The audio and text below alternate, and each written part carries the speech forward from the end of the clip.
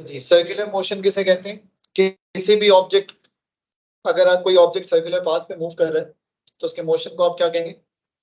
Circular motion. इसकी एक और डेफिनेशन हो सकती है कि if the velocity of the object is perpendicular to the resultant force on the object. जब ऑब्जेक्ट पर रिजल्टेंट फोर्स और उसकी वेलोसिटी आपस में 90 डिग्री का एंगल बना रही होती है तो एक्चुअली ऑब्जेक्ट सर्कुलर पाथ में मूव कर रहा होता है। अब सर्कुलर मोशन को समझने के लिए तीन टर्मिनोलॉजीज आपको बतानी चाहिए। सबसे पहली टर्मिनोलॉजी है angular displacement. While moving in a circular path, जैसे कि A to B, इसने मूव करते हुए जितना एंगल यहाँ पर चेंज किया is called angular displacement. Arc length part of circumference है, ये वो डिस्टेंस है जो उसने while moving in a circular path जितना angular displacement चेंज किया। तो circular path पे उसने कितना डिस्टेंस कवर किया will be called arc length. Radius आप सबको पता है कि वो डायमीटर का हाफ या फिर आप कह सकते हैं सेंटर से लेकर सर्कमफेरेंस तक शॉर्टेस्ट डिस्टेंस है। रेडियन में जब आप एंगल मेजर कर रहे होंगे तो आप एक्चुअली डिवाइड कर रहे होंगे आर्क लेंथ को रेडियस से, मतलब s upon r, arc length divided by radius is angular displacement. तो इन तीनों का आपस में जो रिलेशन है ये वो इक्वेशन है। आर्क लेंथ और रेडियस दोनों ही मीटर में होते हैं, तो मीटर अपॉन मीटर मतलब थीटा का कोई यूनिट नहीं है। रेडियन जब भी हम लिख रहे होंगे तो रेडियन लिखने का पर्पस ये है कि हमने s और r का रेशियो लिया है, आर्क लेंथ और रेडियस का रेशियो लिया है, ये हमें रिप्रेजेंट कर रहा होता है रेडियन। बताया कि थीटा का कोई भी यूनिट नहीं है, रेडियन लिखते हैं रेडियन बताने के लिए कि एक्चुअली एस और आर का रेशियो हमने लिया है। Relationship between radian and degrees हमें पता है कि एक सर्कल में टोटल जो एंगल होता है इन डिग्री वो 360 होता है। तो हम पहले निकाल रहे हैं टोटल एंगल इन रेडियन, वो कितना होगा?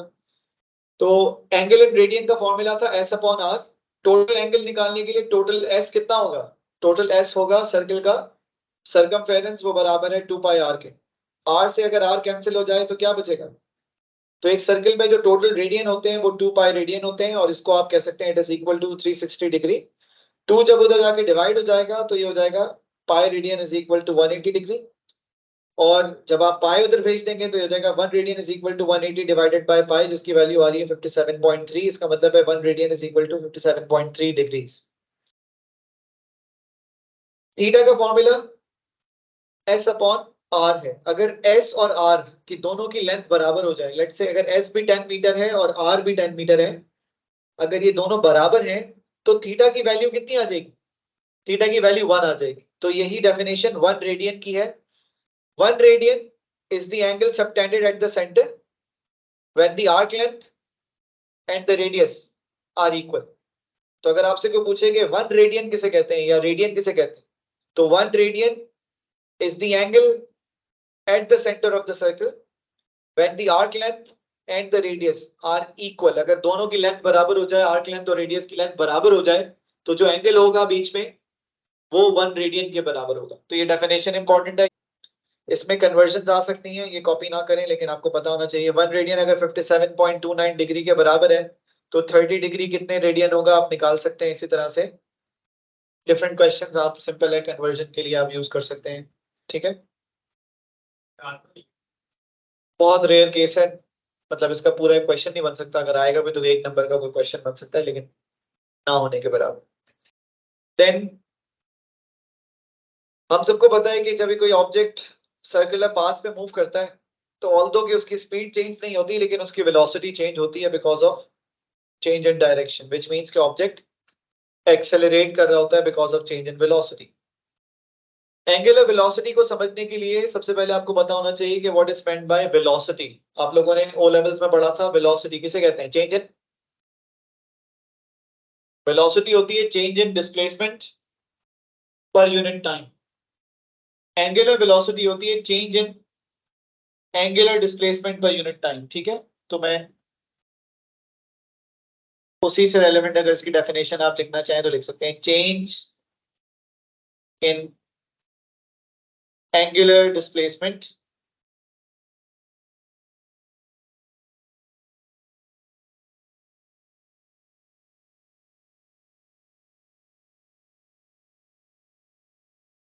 पर यूनिट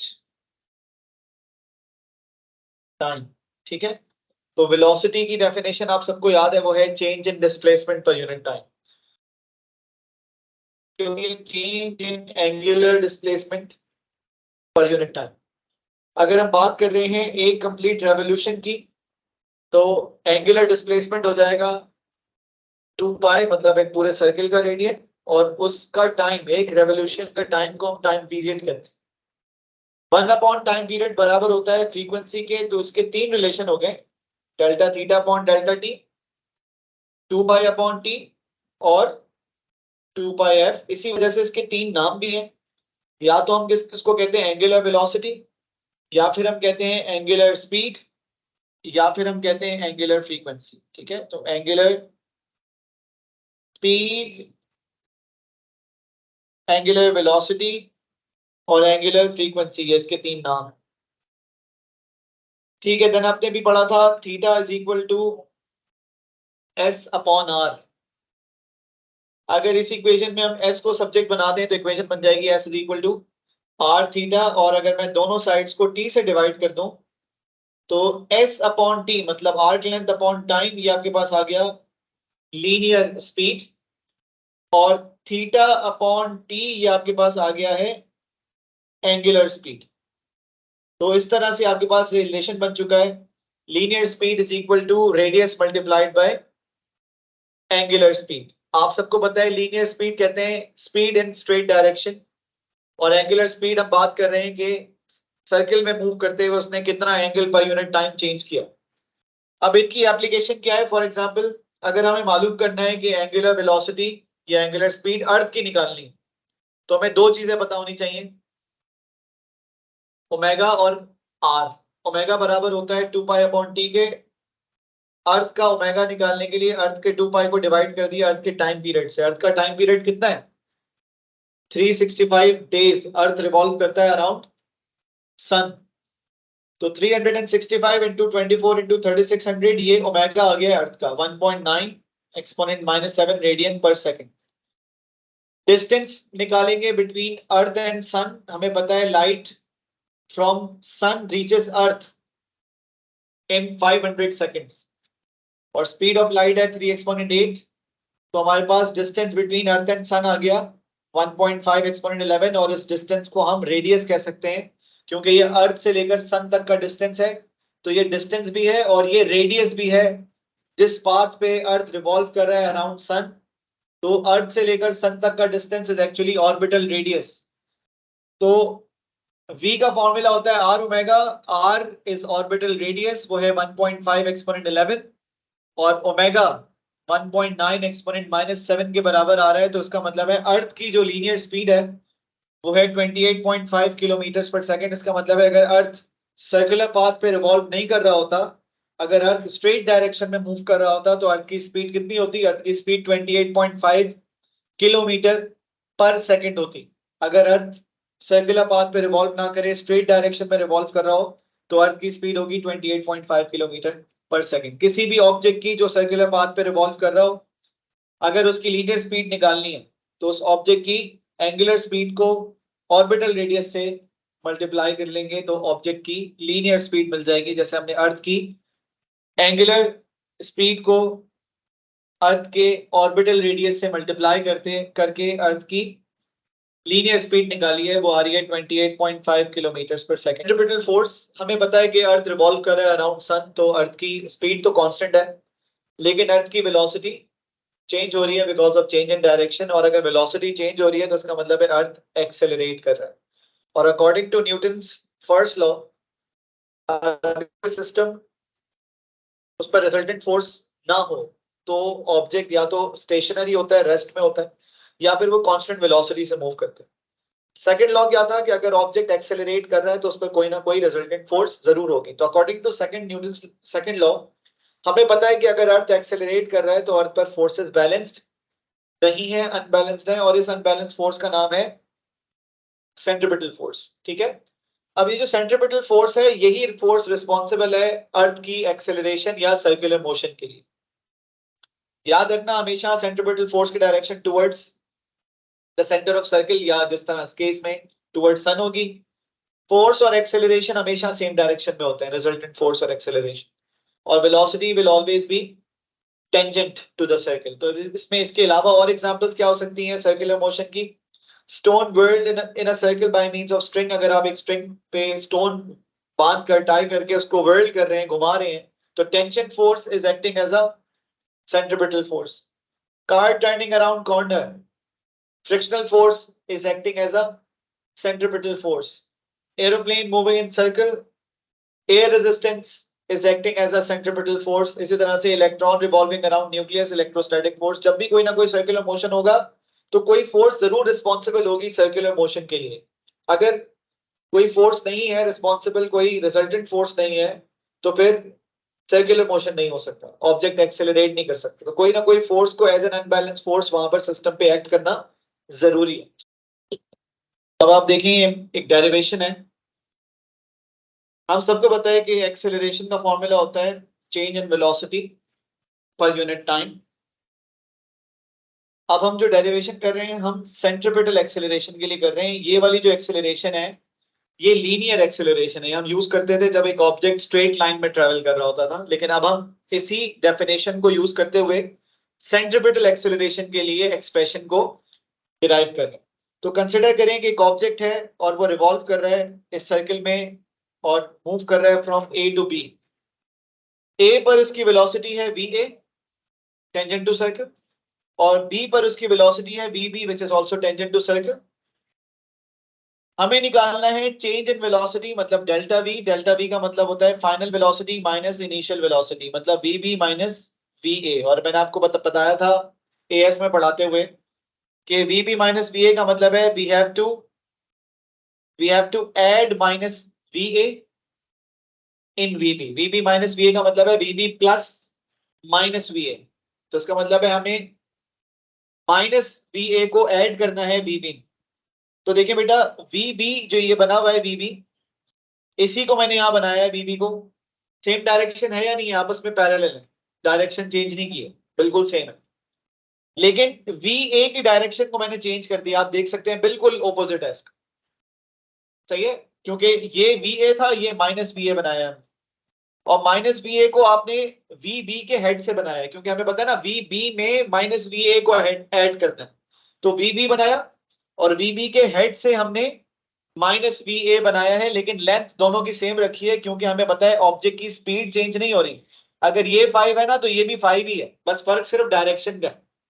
तो आप देख सकते हैं इसकी लेंथ और इसकी लेंथ, ये दोनों लेंथ्स बराबर है, सिर्फ डायरेक्शन में आ रहा. तो VB के हेड से माइनस VA बनाया और रिजल्टेंट वेक्टर होता है from the tail of first to the head of the second vector, and this vector is called delta V, which is VB minus VA. अब आप देख सकते हैं एक ट्राइंगल बन गया है जो है CDE, और यहां पर जो ट्राइंगल था वो था OAB. इसका जो एंगल था डेल्टा थीटा, वो इसके एंगल डेल्टा थीटा के बराबर होगा. क्यों? क्योंकि वो जो एंगल डेल्टा थीटा है वो एंगल VA से VB में जितना चेंज आया है ना उसको रिप्रेजेंट कर रहा है. सही है. तो ये भी जो एंगल डेल्टा थीटा है ये भी VB और VA के बिटवीन कितना एंगल का चेंज है उसको रिप्रेजेंट कर रहा है. तो ये दोनों डेल्टा थीटा जो है ये बराबर है. प्लस इसकी दोनों साइड्स R हैं, मतलब सेम है, और इसकी दोनों साइड्स बराबर हैं क्योंकि ये दोनों स्पीड्स हैं. तो ये actually side angle side postulate हो गया है, दो साइड्स और एक एंगल. यहां पर इनका फिर हम रेशो ले सकते हैं, क्योंकि ये SAS है, साइड एंगल साइड पोस्टुलेट एक एंगल, और फिर दोनों ही साइड्स जो है ना वो आपस में आइसोसेलेस ट्रायंगल बन रहे हैं, मतलब साइड्स दोनों की बराबर. तो हम रेशो ले सकते हैं CE अपॉन OA, मतलब इसकी साइड्स का, ये रही CE और ये रही OA, इनका रेशो ले रहे हैं किसके साथ? ED upon AB. कहां है ED बेटा? ED upon AB. तो देखिए मैंने CE की जगह पर क्या लिख दिया है? CE बराबर है, यहां पर आप देख सकते हैं बराबर है VB के, तो CE इज VB. OA बराबर है R के, ED बराबर है डेल्टा V के, और AB बराबर है डेल्टा S के. तो हमने सिर्फ और सिर्फ इनकी वैल्यू सब्स्टिट्यूट की है. यहां तक कोई मसला किसी को? देन आपने डेल्टा V को सब्जेक्ट बना लिया, तो डेल्टा V आपके पास आ रहा है VB upon R into delta S. अब एक्सेलरेशन बराबर होती है delta we upon delta T के। तो इसका मतलब है अगर मैं इस एक्सप्रेशन को डेल्टा टी से डिवाइड कर दूं तो मेरे पास एक्सेलरेशन की इक्वेशन बन जानी चाहिए। तो आप देखें नेक्स्ट स्लाइड में मैंने डेल्टा टी दोनों साइड्स पर डिवाइड किया है, मतलब ये वाली जो इक्वेशन थी इसमें इधर भी डेल्टा टी लगा दिया और इधर भी डेल्टा टी लगा दिया, तो ये वाली जो इक्वेशन है ये एक्सेलरेशन बन जाएगी। दोनों साइड्स पर डेल्टा टी ऐड कर दी। अब डेल्टा टी ऐड करने के बाद आप देख सकते हैं कि जो delta S upon delta T मतलब डिस्टेंस अपॉन टाइम किसके बराबर होता है? तो हम इसको लिख सकते हैं delta S upon delta T को स्पीड मतलब v। तो ये हो जाएगा V B upon R into we.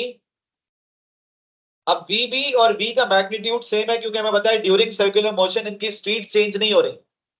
अगर वी बी 5 है तो v भी 5 है और 5 इंटू 5 5 का स्क्वायर होना चाहिए, तो इसीलिए हम इनको नीचे लिख रहे हैं v स्क्वायर अपॉन आर। तो ये याद रखिएगा, ये एक्सप्रेशन है आपके पास सेंट्रीपिटल एक्सेलरेशन का expression AC is equal to v square upon R. और हमने पीछे पढ़ा था कि v बराबर होता है आर ओमेगा के, तो v स्क्वायर बराबर हो जाएगा आर स्क्वायर ओमेगा स्क्वायर के। तो अगर मैं v स्क्वायर की जगह पर आर स्क्वायर ओमेगा स्क्वायर लिख दूं तो आर से आर कैंसिल हो जाएगा और आपके पास एक्सप्रेशन बचेगा आर ओमेगा स्क्वायर। तो आपके पास दो फॉर्मूला है सेंट्रीपिटल एक्सेलरेशन के, एक v स्क्वायर अपॉन आर और एक है आर ओमेगा स्क्वायर। अच्छा, अब आपको पता है कि फोर्स का फॉर्मूला होता है ma।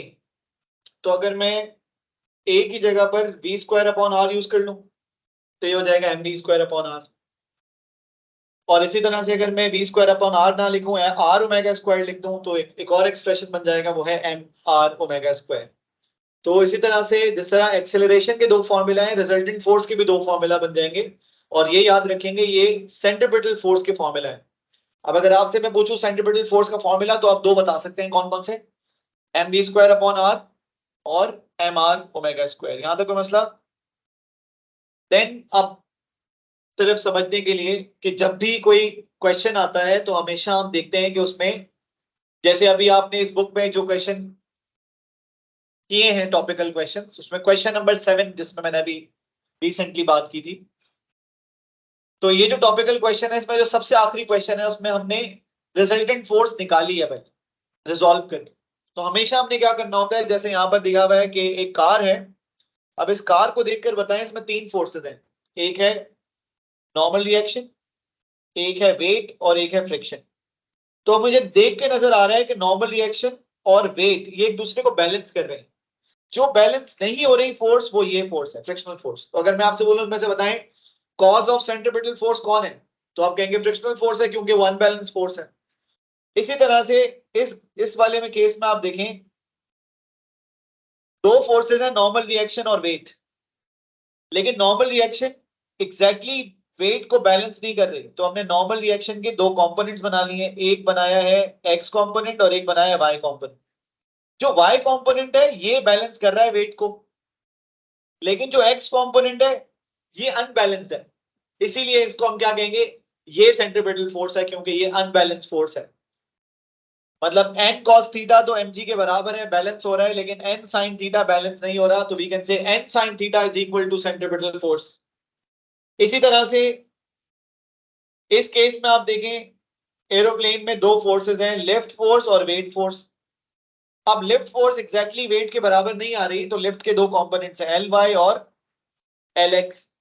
Ly बराबर हो रहा है वेट के, Lx किसी भी फोर्स के बराबर नहीं है, तो Lx इज सेंट्रीपिटल फोर्स क्योंकि ये अनबैलेंस फोर्स है, इसको कोई और फोर्स बैलेंस नहीं कर रही। इसी तरह से आप ये एग्जांपल 4 में देखें दो फोर्सेस हैं टेंशन और वेट, लेकिन एग्जैक्टली बैलेंस नहीं हो रहे, तो आप टेंशन के दो कंपोनेंट्स बनाएंगे, एक Ty है और एक Tx है। Ty एग्जैक्टली वेट के बराबर है लेकिन Tx किसी के बराबर नहीं है, तो वी कैन से कि Tx is unbalanced force which means कि Tx is equal to centripetal force mv square upon r। इस क्वेश्चन में सबसे पहले पूछा है कि बताएं रेडियन किसे कहते हैं, व्हाट इज रेडियन? तो हम बोलेंगे angle subtended at the centre of a circle by an arc equal in length to the radius of circle. ये डेफिनेशन हमने सीधी सीधी नोट्स में लिखी थी, वो आपने यहाँ लिख देनी है। क्वेश्चन नंबर 2 में उन्होंने पूछा है explain what is meant by angular speed about point P of the mass. Angular speed कहते किसे हैं? एंगुलर स्पीड कहते हैं change in angular displacement per unit time. आपने पढ़ा था ना, ओमेगा होता है delta theta upon delta T. लेकिन वो कह रहे हैं अब of point P about of mass about point P, तो हम इसी डेफिनेशन को थोड़ा सा चेंज कर देंगे कि एंगुलर स्पीड क्या होती है? Change in angular displacement per unit time. लेकिन हम कहेंगे angular displacement of mass about point P per unit time, क्योंकि उसने बोला है कि with reference to mass about point P हम बताएं। तो मैंने लिखा है change in angular displacement of the mass या of the object about point P per unit time, क्योंकि हमें पता है कि ओमेगा बराबर होता है delta theta upon delta T.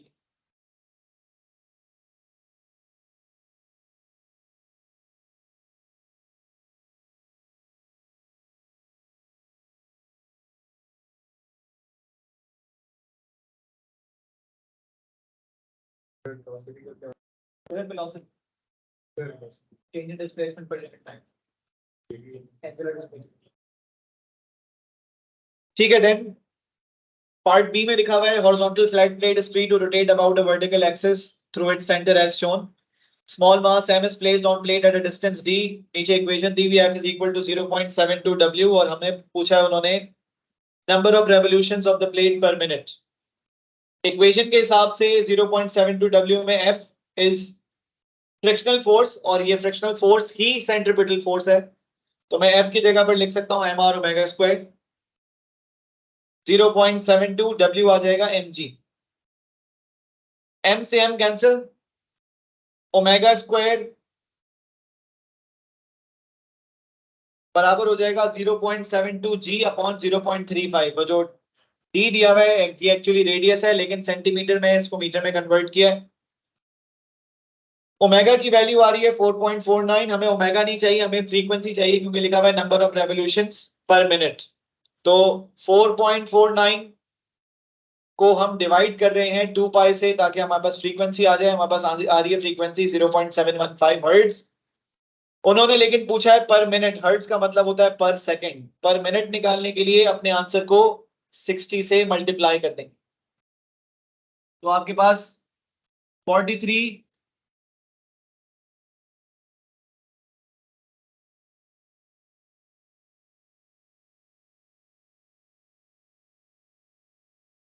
Revolutions पर मिनट आपके पास आंसर आ रहा है इसका। पार्ट सी में उन्होंने बोला है the plate in B is covered when stationary with mud, suggest and explain whether the mud near the edge of the plate or near the center will first leave the plate as the angular speed of the plate is slowly increased. अगर हम angular speed बढ़ाते जा रहे हैं तो centripetal force की requirement बढ़ती जाएगी। फ्रिक्शनल फोर्स लेकिन कांस्टेंट है, क्योंकि सरफेस चेंज नहीं हो रही। सबसे पहले सेंट्रीपिटल फोर्स कहां पर एक्सीड करेगी फ्रिक्शनल फोर्स को? At the edge. क्यों? क्योंकि एज पर सेंट्रीपिटल फोर्स क्यों ज्यादा होगी? क्योंकि वहां पर आर ज्यादा है, रेडियस ज्यादा है। जितना रेडियस से दूर होंगे उतना सेंट्रीपिटल फोर्स बढ़ जाएगी, और जहां पर सेंट्रीपिटल फोर्स ज्यादा वहां पर फ्रिक्शनल फोर्स की रिक्वायरमेंट ज्यादा हो जाएगी। लेकिन सरफेस एक ही है, तो सरफेस का फ्रिक्शनल फोर्स तो नहीं चेंज हो रही, उसकी एक लिमिट होगी। तो उस लिमिट को सबसे पहले कौन सी मड एक्सीड करेगी? नियर द एज और near the centre? Near the edge, क्योंकि वहां पर उसका रेडियस ज्यादा है, सेपरेशन ज्यादा है, तो वहां पर रिक्वायर्ड सेंट्रीपिटल फोर्स ज्यादा होगी, और रिक्वायर्ड सेंट्रीपिटल फोर्स ज्यादा होने की वजह से मड नियर द एज पहले लीव कर जाएगी। ऑल्दो कि अगर आप स्पीड बढ़ाते जाएं तो मड नियर द क्या कहते हैं सेंटर भी लीव कर जाएगी। एक वक्त आएगा स्पीड बढ़ाते जाएंगे तो लीव तो उसने भी कर जाना है, लेकिन पहले लीव करना कौन शुरू करेगा? नियर द एज और near the centre? Near the edge, क्योंकि वहां तक आर ज्यादा है। आर ज्यादा का मतलब है सेंट्रीपिटल फोर्स वहां पर रिक्वायर्ड ज्यादा होगी, तो पहले वो लिमिट को एक्सीड करेगी, देन बाद में आपके पास मड नियर द सेंटर भी उसको लीव कर जाएगी।